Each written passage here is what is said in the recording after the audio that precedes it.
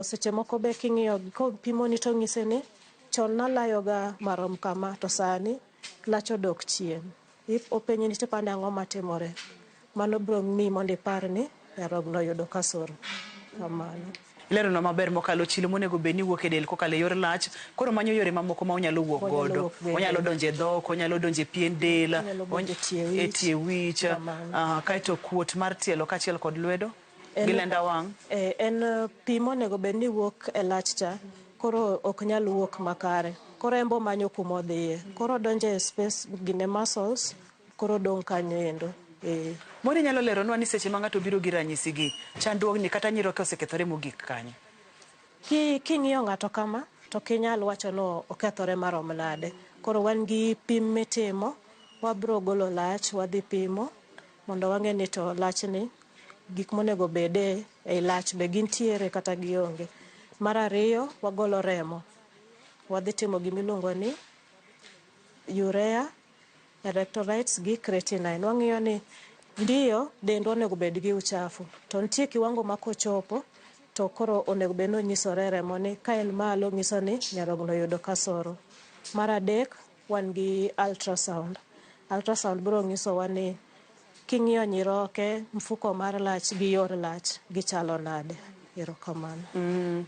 Iyudo ka wantiere kod nyiroke ariyo mana kaka nisepimonwa cha. Thothne uyudo ka ji oketho nyiroke duto te koso mana achiel, koso samoro gitiyo karude.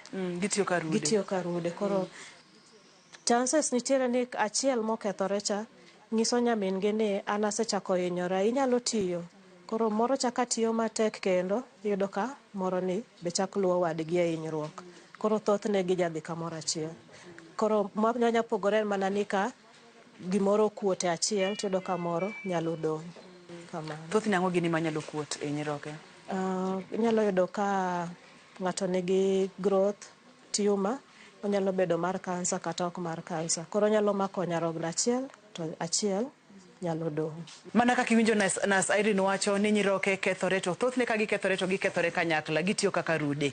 Iwinjo komiyowa ranyisi bende ma ng'ato biro neno ka po nono ni odhi e osiptal, kata in owuon inyalo chich dala ni diere moro ni olo pi kata ni layo marom kama, tineno ka olol pi chako dok piny. Kopogore kod mano, Irene pimonwa kacha ni kuot mar tielo, kuot mar lenda wang' luwore kod pi monego bed ni wuok e yor lach, to koro manyo kuma pigegi dhiye. Irene, chandruoge mar nyiroke thoro mako jomage, joma mine, joma chuo, koseto maka ji duto te, joma tindo nyaka joma dongo? Chon ne ing'isowa ni tuo ni en mar jopesa. To kama wachope ni ok oyiero. Yudo ka nyathi monyuol man gi ndalo achiel nigi shida mar nyarogno. Yudo ka nyathi manie skul nigi tuo mar nyarogno.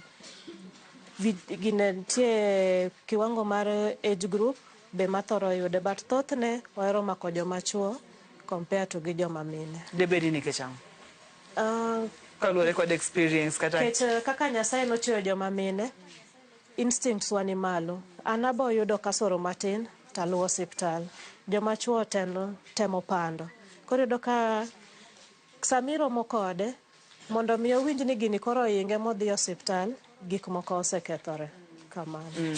To nyathi matin ma koko nyuol, thothne ang'o manyalo ketho nyiroke? Dibed ni onyuole gi chandruok koso? Nyalo bet ni sama nonyuole noyudo kasoro, kata sama ne pod en e ich, mama ne nigi tuo manyalo kete obede okang' mamalo mar yudo tuo mar nyarogno. Mamine mapek bende nyalo miyo nyithindgi ma pok onyuol bedo kod chandruok mar nyiroke. Tiende ni ka inyuolo nyathini tinyuole anyuola gi chandruok tayari. Chandruoge kaka mage, nikech wagombo mondo mi joma mine kata mapek ong'e ni kitimo ma kata kobedo kama to nyathi nyalo bedo kod chandruok mar nyiroke. Watemo wuoyo gi joma mine mayach. Samora amora ma gidhi e klinik to wapimo pressure margi. Kech no wacho mbele kacha ni pressure en achiel kuom tuoche ma ketowa e okang' mamalo mar yudo tuo mar nyarogno. Koro pressure ni e gima achiel mokwongo mwapimo. Mar ariyo en tuo sukari. Mar adek nitie jowa ei ogandawa matiyo gi kong'o, matiyo gi yedhe mamero ji. Koro magi be keto nyithindo e okang' mamalo mar yudo tuo mar nyarogno, nyathi ma pok onyuol. Kamano. Ratil mar del, ratil mamalo mar del. Ratil mamalo be nitiere nikech ka in gi del mang'eny, nyiso ni kako nego beni itiyo optimally oktimre iol piyo kaiti ngeni koro kiol dendi ma kawaida funde gi maiebe gimbe gi jol kamano. Kaito seche maboche ng'eny yudo ka samoro nitiere kod cholesterol marach bende leche mag remo medi thuolo mar bedo kod tuo mar pressure. Thuolo mar pressure bende nyalo kelo chandruok mar nyiroke kaka wasebedo ka wawacho. Yienwa wakaw yueyo gi kanyo nyakora Mogej wang' ka waduogo to wakoro wadonjane ni ka nyiroke osekethore osetimni pim gi duto te thieth chal nade ngimani nyalo chalo nade. Kik wiyi chendo ni biro ni achiel kachiel kowuok Homa Bay County Teaching and Referral Hospital. Kik idhi mabor kata matin, kik isudi.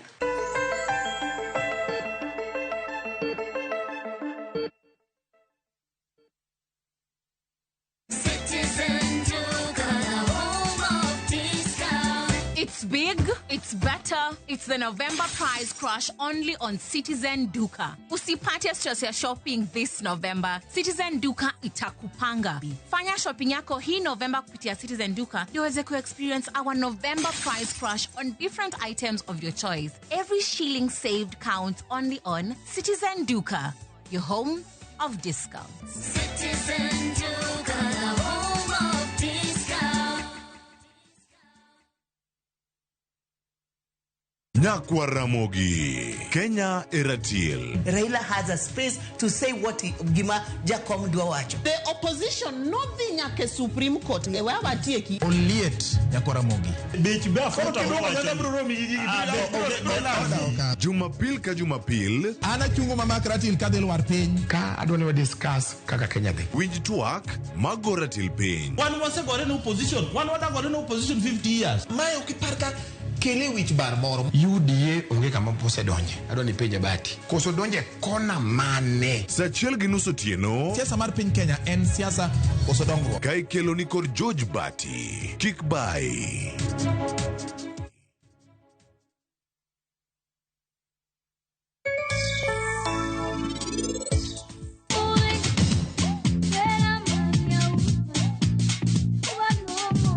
Ati pale geto wakinyana na scroll tablet wanasema kuna msea kuhusiana meza ma tablet.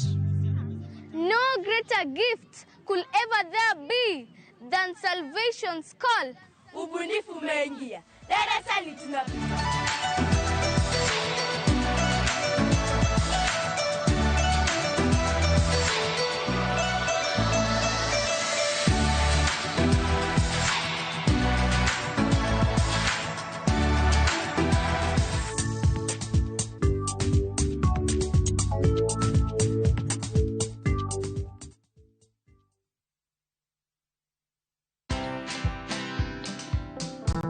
Hire the right people at home and pay them their dues. Don't pay minimum wage, pay living wage.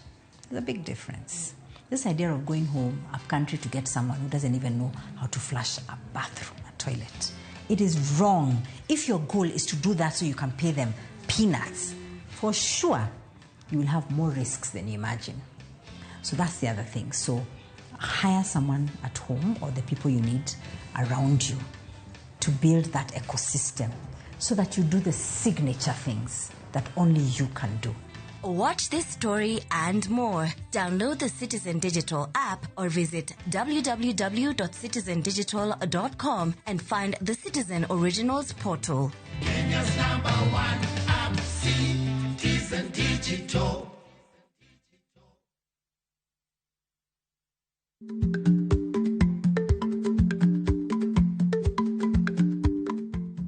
Icha gweno to ichao gwang'. Matiende ni, kapok ing'ado bura ewi wach moro amora, kuong inon ng'ama rach.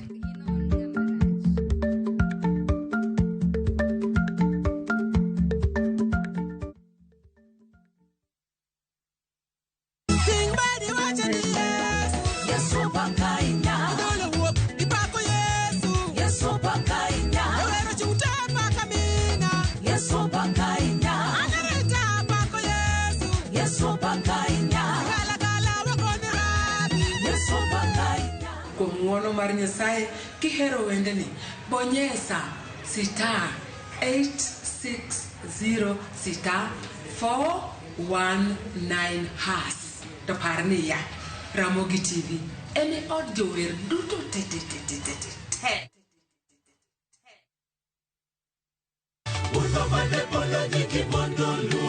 E dwe mar Novemba, roho mar lokruok nika.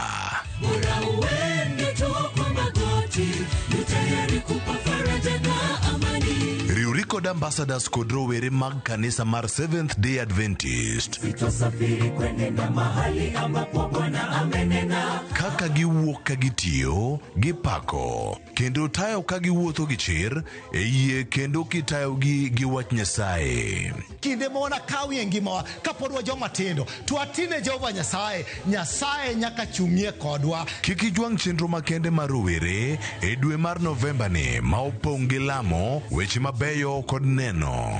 Ni ng'ato kapod irawera tini Nyasaye, kapod ngima tine. Injili ngima, ngeso ka ngeso, sari okinyi mana e Ramogi TV.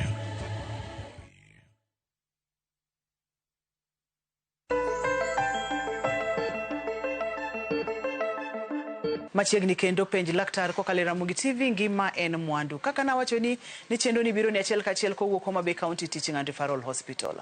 Tuoche mag malaria ng'eny ahinya e gwengewa mag Kaluo ka, tuoche mag pressure, remo maringo matek, tuoche mag sukari. Mabende wayudo kacha ni nyalo miyo tij nyiroke ok dhi kaka onego bed ni gidhi. Kaito bende na Cyrene opimonwa kacha ni ratil mamalo mar del bende nyalo kelo chandruoge mang'eny, mabende nyalo miyo kata nyalo chwalo thuolo mar nyiroke kethore. Ipimonwa kacha ni ng'ato biro to ntiere gik mong'iyo kuom jatuo, ing'iyo pien dend jatuo, ing'iyo patwi jatuo, ing'iyo tiendene kachiel kod lwetene, lenda wang'e pono nono kuot. Kaito wacho kacha ntiere tests ma utimo mabende ni leronwa. Thothne kosetim tests gi kaw thuolo marom nade mondo mi duoko owuogi. To ka duoko osewuok, thothne utimo nang'o tok ka duoko gi osewuok?